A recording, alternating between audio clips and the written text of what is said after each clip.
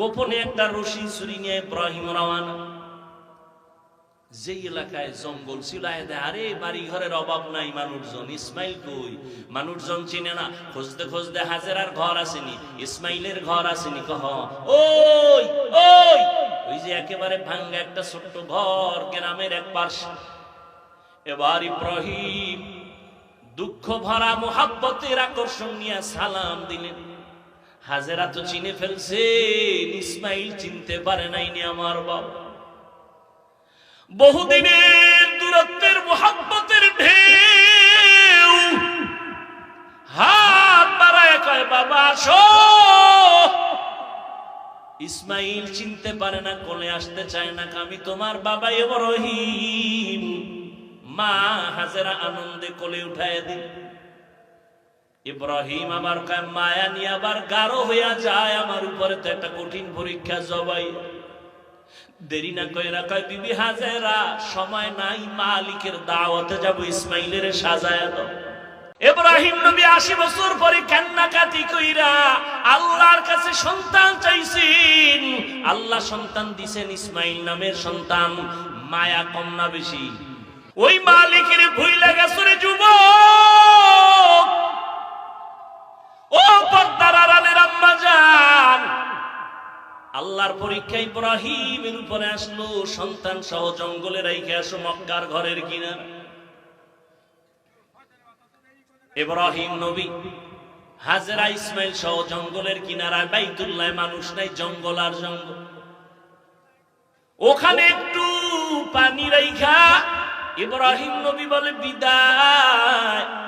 শিশু বাচ্চার একজন নারী আর কেউ নাই, পুরা চতুর্পার্শ্বে জঙ্গল, আলো নাই, বাতাস নাই, খানা নাই, পানি নাই। আহারে কত কঠিন পরীক্ষা।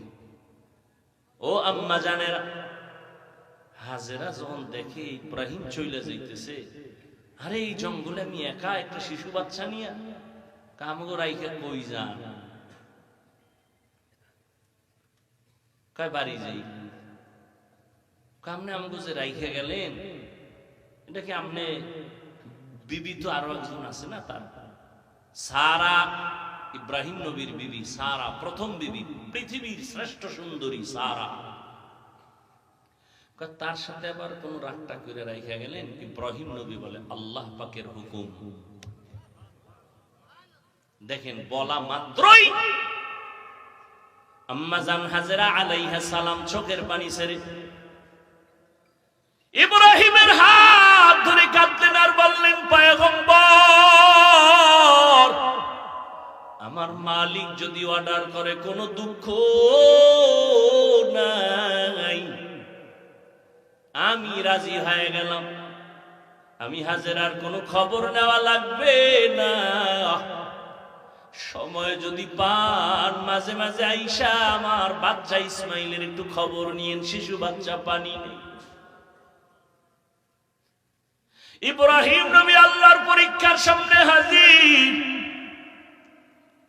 পাহাড়ের উপরে উঠে নিচে নামছেন, সন্তানের ইসমাইলের রাইখা চলে গেলেন। পাহাড়ের নিচে নাইমা হাত উঠাইয়া দোয়া করলেন, রব্বানা ইন্নী আসকানতু মিন যুররিয়াতি বিওয়াদিন গায়রি যি যারইন ইনদা বাইতিকাল মুহাররম। আল্লাহর কাছে দোয়া করলেন, হে মালিক, একজন পুরুষ নাই, মহিলাও নাই, আমার বিবি আর শিশু বাচ্চা ইসমাইলের রাইখা গেলাম, তুমি হেফাজত করো, রিজিকের ব্যবস্থা করে দাও।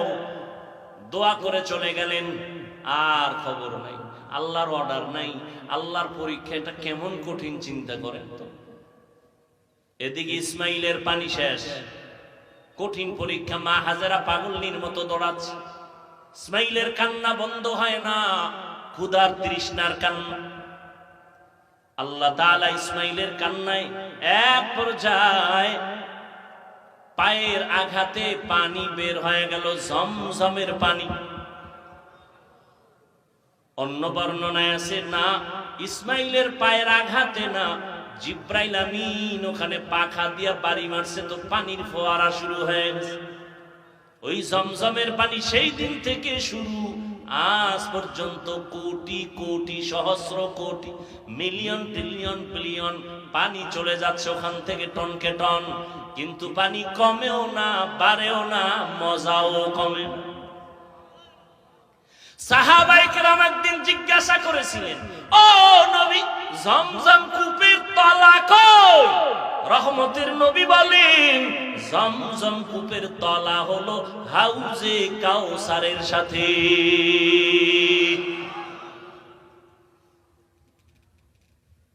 আমি ঘটনা ছোট করে বলে গেলাম। ইসমাইল বড় হয়ে গেলেন, মানুষজন আলো, পানি আসলো, খানা আসলো, আল্লাহ পাক ব্যবস্থা করে দিলেন।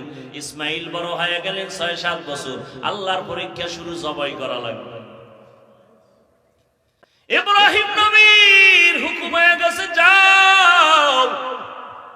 গোপনে একটা রশি ছুরি নিয়ে ইব্রাহিম রওয়ানা। যে এলাকায় জঙ্গল ছিল, আরে বাড়ি ঘরের অভাব নাই, মানুষজন, ইসমাইল কই?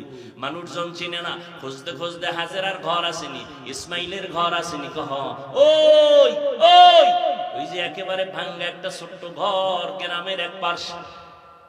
এবার ইব্রাহিম দুঃখ ভরা মোহাব্বতের আকর্ষণ নিয়ে সালাম দিলেন। হাজেরা তো চিনে ফেলছে, ইসমাইল চিনতে পারে নাইনি আমার বাবা।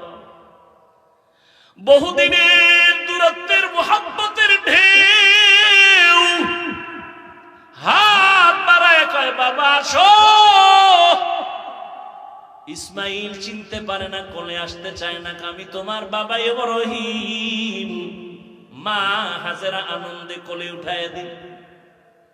ইব্রাহিম আবার কয়, মায়া নিয়ে আবার গাঢ় হইয়া যায় আমার উপরে, তো একটা কঠিন পরীক্ষা, জবাই। দেরি না কইরা কয়, বিবি হাজেরা, সময় নাই, মালিকের দাওয়াতে যাব, ইসমাইলের সাজায়া দাও। মা হাজেরা খুশি, দুনিয়ার কোন বাদশা দাওয়াত দিছে আমার সন্তানের নিয়ে যাবে, মনের মতো সাজাইয়া গোসল করায় দিলেন, যাও বাবা ইসমাইল বাবার সাথে দাওয়াতে যাও। কিন্তু এটা যে আল্লাহ মালিকের দাওয়াত, মা হাজেরা বুঝতে পারেন না। ওই মিনা বাজারে যখন নিয়া হাজির, এখন যেখানে হাজি সাহেবরা কোরবানি দেয় হজে যাইয়া, ওই মিনা বাজার ইসমাইলের দাঁড় করায়, কয়, কেমন সন্তান আল্লাহ দিল, একটু পরীক্ষাটা কইরা নেই জবাইয়ের আগে। এবার ডাক দিয়ে কয়, ইসমাইল, ইন্নী আরা ফিল মানাম আন্নী আযবাহুকা ফানজুর মাযা তারা। আমি স্বপ্নে দেখলাম তোরে জবাই করতেছি, বলো বাবা তোমার মতামত কি? দেখছেননি? বাচ্চাটা সঙ্গে সঙ্গে বলে, ইয়া আবাতি ফাল মা তুমার। আব্বাজান, আপনি যা দেখছেন তাড়াতাড়ি পালন করেন, আমারে জবাই করে ফেলান। তবে আপনার ভয় নাই, আমি অধৈর্য হব। সাতাজিদুনি ইনশাআল্লাহ, ইনশাআল্লাহু মিনাস সাবিরিন।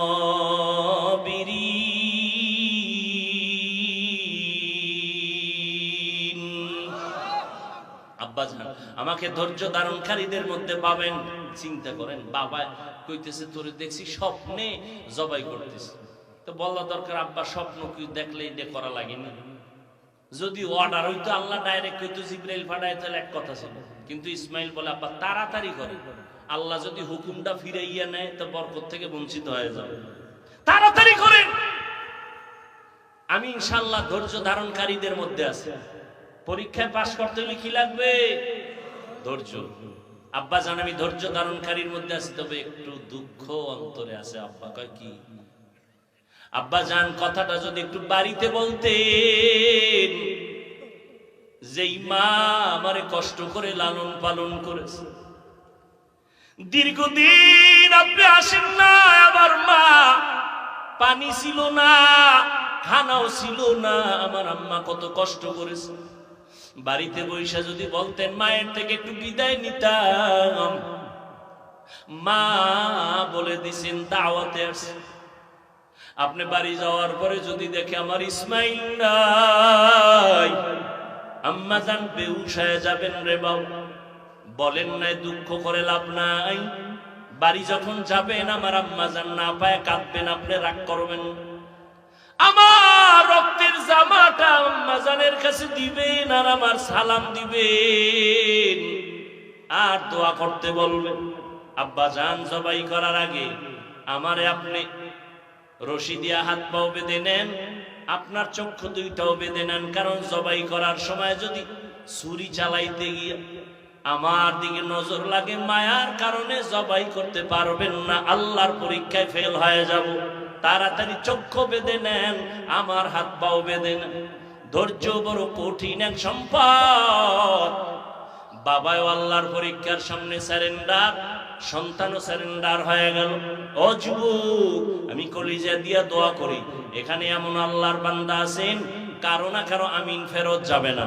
আল্লাহর কাছে দোয়া করি, ও আল্লাহ, আমার কলিজার প্রত্যেকটা যুবকের ইসমাইলের মতো কবুল করে নাও। ইসমাইলের মতো কবুল মানে কি তুমি জবাই হবা আগামী কোরবানিতে? আল্লাহ ইসমাইলের মতো আদর্শওয়ালা বানায় দেন। মুরব্বীদের জন্য দোয়া করি, আল্লাহ ইব্রাহিম নবীর আদর্শওয়ালা বানায় দেন। জোরে কোন আমিন। আম্মা জানদের জন্য দোয়া করি, আল্লাহ প্রত্যেকটা মাকে হাজেরা আলাইহিস সালামের মতো সাবিরিনদের অন্তর্ভুক্ত বানায় দেন। এরে আম্মা জান, আল্লাহ সন্তান দিছেন, এখন থেকে তৈরি হয়ে সন্তানটারে ডাক্তার বানান, ইঞ্জিনিয়ার বানান, তবে বেয়াদব বানাবেন না। সন্তানকে কোরআনওয়ালা কোরআন পড়ায়া আদর্শ ডাক্তার বানায় দেন। ওই মা সন্তানের জন্য দোয়া করেন, চেষ্টা করেন। ও যুবক বাবারা, তোমরাও তৈরি হয়ে যাও। জীবনে শয়তানের ধোঁকায় পড়ে তো গুনাহ কম করো নাই, আজকে থেকে নিয়ত করো তওবা করো, আর গুনাহ করবা না, দাড়ি কাটবা না, বেপরদায় চলবা না, মা বাবার সাথে বেয়াদবি করবা না, উলামায়ে কেরামের সাথে বেয়াদবি করবা না, নবীর তরিকা মেনে চলবা। মনটাকে বুঝাইয়া নাও। তোমার মতো যুবক নামাজ পড়ে, স্কুলে পড়ে, চাকরি করে নামাজ পড়ে, ব্যবসা করে নামাজ পড়ে, নদীতে মাছ ধরে নামাজ ছাড়ে না, তুমি কেন পারবা না? আল্লাহর কাছে তওবার নিয়ত করে নাও। মরিয়া গেল নামাজ ছাড়বা না, দাড়ি কাটবা না, বেপরদায় চলবা না। তওবা করার মতো অন্তর যদি তৈরি করতে পারো, আল্লাহ পেছনের সব গুনাহ মাফ করে দিবেন। ও আল্লাহ, আমার কলিজার প্রত্যেকটা যুবকের কবুল করে নেন, আমার বৃদ্ধ বাবাজিদেরকে কবুল করে নেন, আমার মা বোন যারা আছে সবাইকে কবুল করে নেন।